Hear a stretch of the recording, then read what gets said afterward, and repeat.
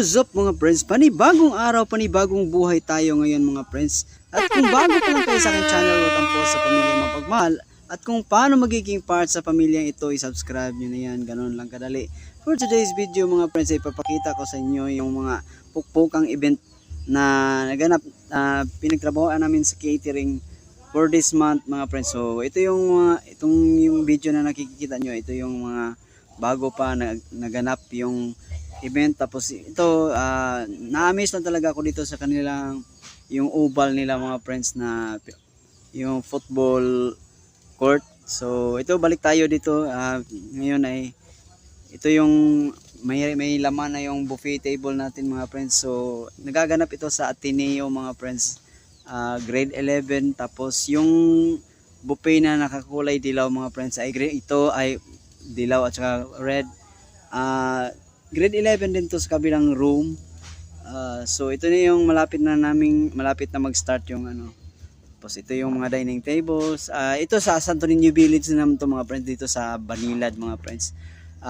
Hindi na naging madali itong event na ito sa amin mga friends, dahil napakadaming komplikasyon bago nangyari itong event na to.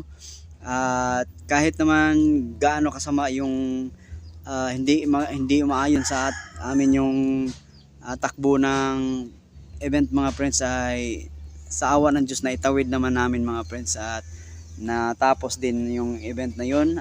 So yun yung pagpapasalamat namin mga friends.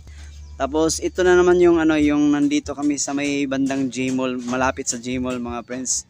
So ito yung bagong kakatapos pala, hindi pa pala tapos, oo nga tapos kakatapos pa lang namin i-set up. Hindi din madali ito kasi third floor din ito mga friends.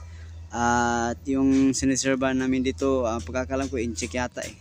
So ito na naman yung pang last na video na to mga friends. Ito yung nangyari kagabi, na grabe tong event na to. Inabot kami ng madaling araw, alas 2 ng madaling araw bago natapos.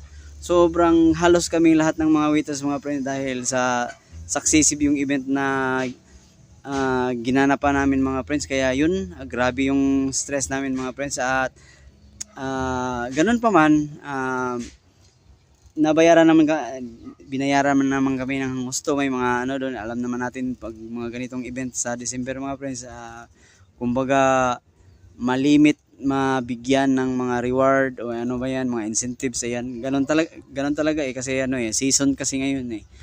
So yun lang ang dapat namin ipagpapasalamat mga friends. So grabe yung hindi gaano kaganda yung experience namin dito mga friends, pero at least natapos din mga friends. Yun lang ipagpapasalamat namin. So for now, hanggang dito na lang muna siguro mga friends, na yung maibahagi ko sa inyo para naman update lang. So yun.